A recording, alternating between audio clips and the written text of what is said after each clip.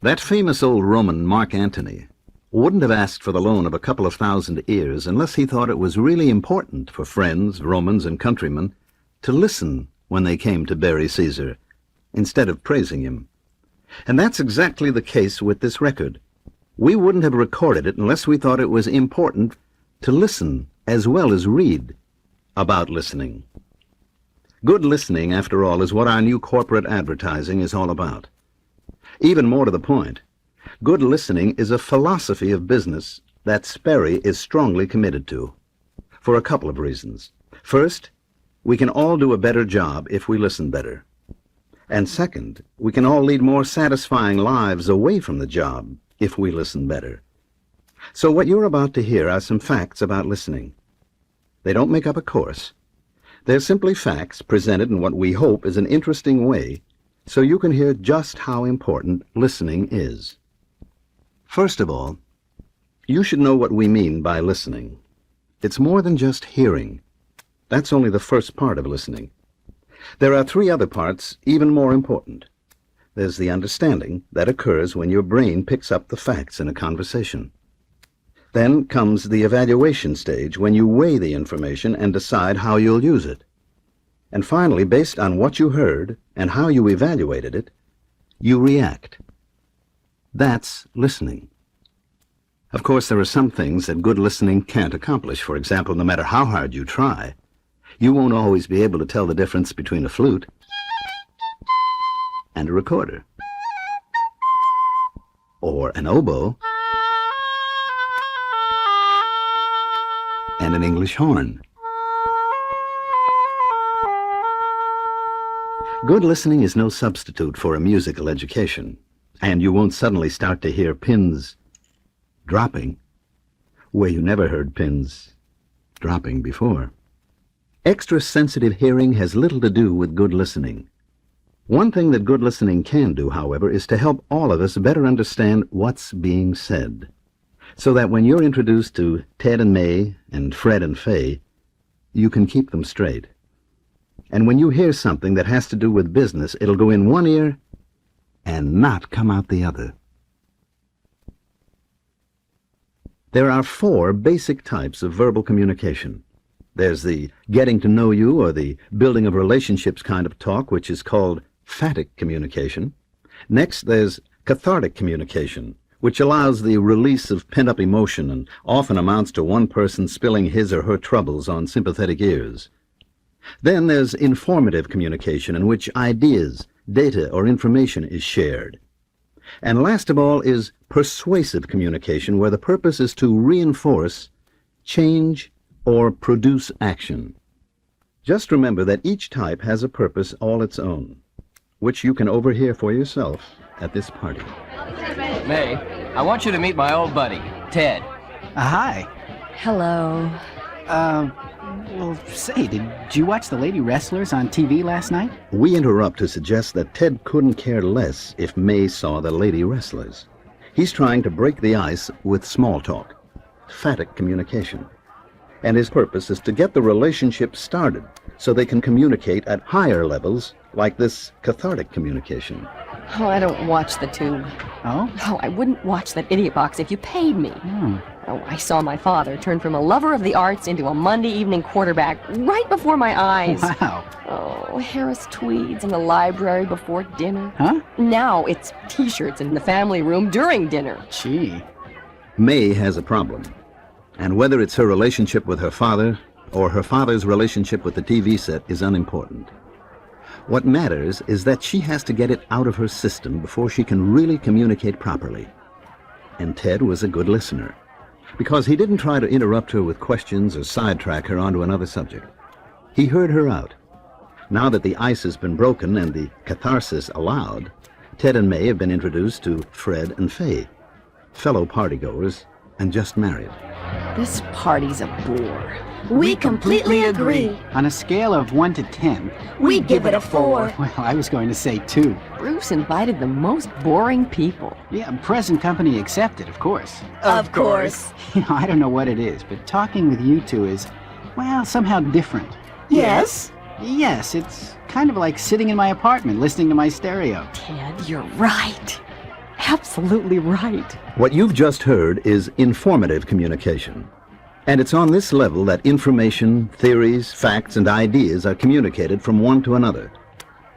And now we come to the highest level of communication, which is persuasive, where the talker is trying to reinforce or change existing attitudes, opinions, feelings, or to affect behavior by achieving action. Why don't we all get out of here and go someplace else? Great idea. How about my house? Oh, you'll just love my father. But I've got a great stereo system. We'd like to show you our wedding gifts. Wedding gifts. Yes, they're very beautiful. Wedding gifts? We love them. But I've got a collection of old 78s. My father can be very amusing. You've made my husband cry. Who said that? Faye did. Her husband's crying. Oh, well, I can't fight that. In their place it is. And there you have the 4 basic types of verbal communication: emphatic, cathartic, informative, and persuasive. If you remember what they are, then you'll hear more than what a person's saying, and you can act accordingly. Just how good a listener do you think you are? Well, there are ways to find out. We'd like you to complete your personal listening profile, which is in the pocket of your record album. To assure that this exercise will be of value to you and that the comparison of your score with national averages will be valid, please be as objective as you can. So now, please fill out your profile, and we'll return on the other side of this record. Welcome back. You've just done 2 things. You've rated yourself as a listener, and you've pictured how you think others would rate you as a listener. Let's see how you scored. Well, in terms of how you rate yourself on a scale of 0 to 100, statistics show that the average score is 55, based on thousands who have participated. In the second half of the profile, we asked you to state how you think you'd be rated as a listener by your boss, spouse, best friend. The majority of people who have taken this test think their best friend would rate them highest as a listener, and that rating would be higher than the one they gave themselves, where the average was a 55. How come? We can only guess that best friend status is such an intimate, special kind of relationship that you can't imagine it ever happening unless you were a good listener. If you weren't, you and he or she wouldn't be best friends to begin with. Going down the list, people who take this test usually think their bosses would rate them higher than they rated themselves. Now, part of that is probably wishful thinking, and part of it is true. We do tend to listen to our bosses better. Whether it's out of respect, or fear, or whatever doesn't matter. The grades for colleague and job subordinate work out to be just about the same as the listener rated himself, that 55 figure again. But when you get to spouse, husband or wife, something really dramatic happens. The score here is significantly lower than the 55 average that previous profile takers gave themselves. And what's interesting is that the figure goes steadily downhill the more years you're married. So while newlyweds tend to rate their spouse at the same high level as their best friend, as the marriage goes on, and on, the rating falls. So in a household where the couple has been married 50 years, there could be a lot of talk, but maybe nobody is really listening. Now, let's do one more exercise, one you can try on your friends. Listen carefully to this problem and be prepared to answer one question. Let's say you're a bus driver and the route runs from the suburbs to the city, and there are 10 people on the bus to begin with. Then 3 get on at the next stop. Then 4 get on and 3 get off. Next, 7 get on and 1 gets off, and then 10 get off. The question: what's the name of the bus driver? Have you got it? It's your name. You were the bus driver as soon as we said, let's say you're a bus driver. And if you expected us to ask you how many people were left on the bus, 10, you made an incorrect assumption about the question we were going to ask. A good listener doesn't hear something before it's been said, and he or she is careful about assumptions. We call this next section, "The size of the ears means nothing," because if it did, then there are a lot of dead elephants out there that would be alive today, because they would have heard the hunters creeping up on them and left in a hurry. There are also a number of more serious facts about listening that should be explored. For example, there is no significant correlation between a person's IQ and his or her ability to listen well. So you don't have to be a Phi Beta Kappa to be a good listener. And then there's the fact that women think men are lousy listeners. I told you to get a round steak pounded, not a pound of ground round. When it comes to women listeners, men are pleased to return the compliment. You forgot to get gas, didn't you? I asked you this morning to get gas.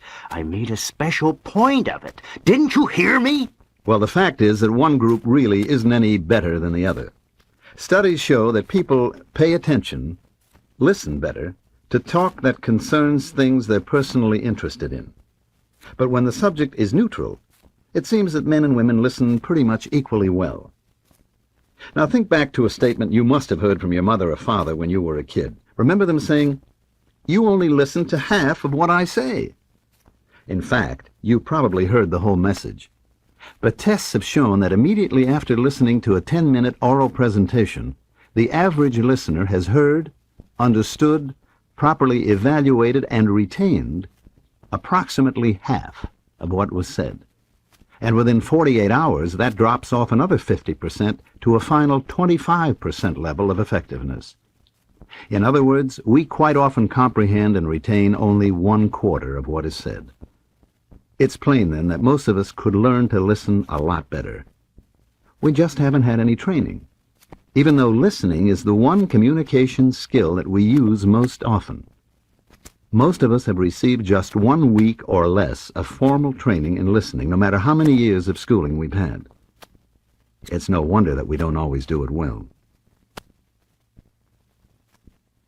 When asked who has the responsibility in any verbal communication, most people will say that it's the sender, the one doing the talking.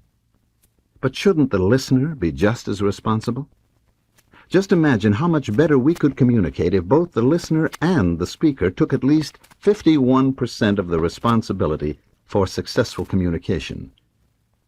Listening is just as active as talking. So let's take the responsibility and benefit by more productive communications. To help you become an above-average listener, we'd like to leave you with a couple of things that could be useful for years to come. One is a 10-factor listening profile. It will point up any deficiencies and strengths you now have. The other is a list of 10 keys to effective listening. The keys are a positive guideline to better listening. In fact, they're at the heart of developing listening habits that could last a lifetime. You'll find both the profile and the keys in the pocket of this album. Here are the soundtracks from some of the new Sperry television commercials. The booklet in the pocket of this album will give you an idea of how those commercials will look. They're going to tell millions of TV listeners, including a lot of high-powered people in a position to do business with Sperry, that we understand how important it is to listen. And by this time, you know that that's not just an advertising slogan. It's a fact. There's a problem in this country that has cost American business billions of dollars in losses, as well as far greater human losses between man and woman, parent and child, and country. And that's the problem of people not knowing how to listen. And why should we? We haven't been taught. With all of the great education this country has to offer, we get no fundamental grounding in the thing most of us spend about half our time doing, listening. Well, as one of the world's major corporations, we at Sperry are doing something about it. We've set up extensive listening programs that Sperry employees worldwide can take part in. Sales representatives, computer engineers, and even the chairman of the board. These programs are making us better at dealing with each other. And when you do business with Sperry Univac or any of our other divisions, we think you'll find they're making us better at dealing with you. Sperry, we understand how important it is to listen. Sorry.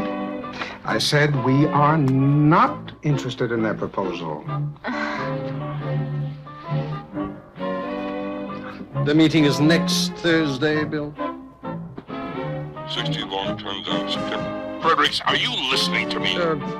If there's one thing you should remember about this deal, it's Not knowing how to listen has cost American business billions of dollars. Well, as one of the world's major corporations, we at Sperry are doing something about it. We've set up extensive listening programs that Sperry employees worldwide can take part in. And when you do business with Sperry Univac or any of our other divisions, you're going to discover that Sperry listens like no one you've ever done business with.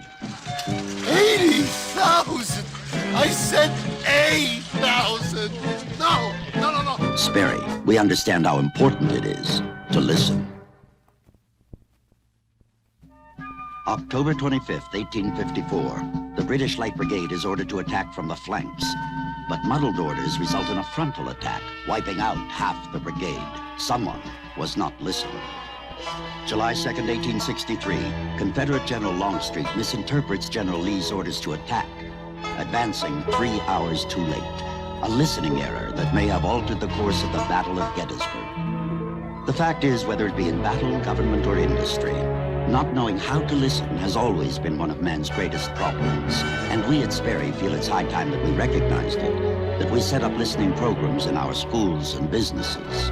And lest we forget how critical a problem it is, all we need do is look to the night of April 14th, 1912, when the crew of the Titanic was urgently warned of ice, but chose not to listen. Sperry, we understand how important it is to listen.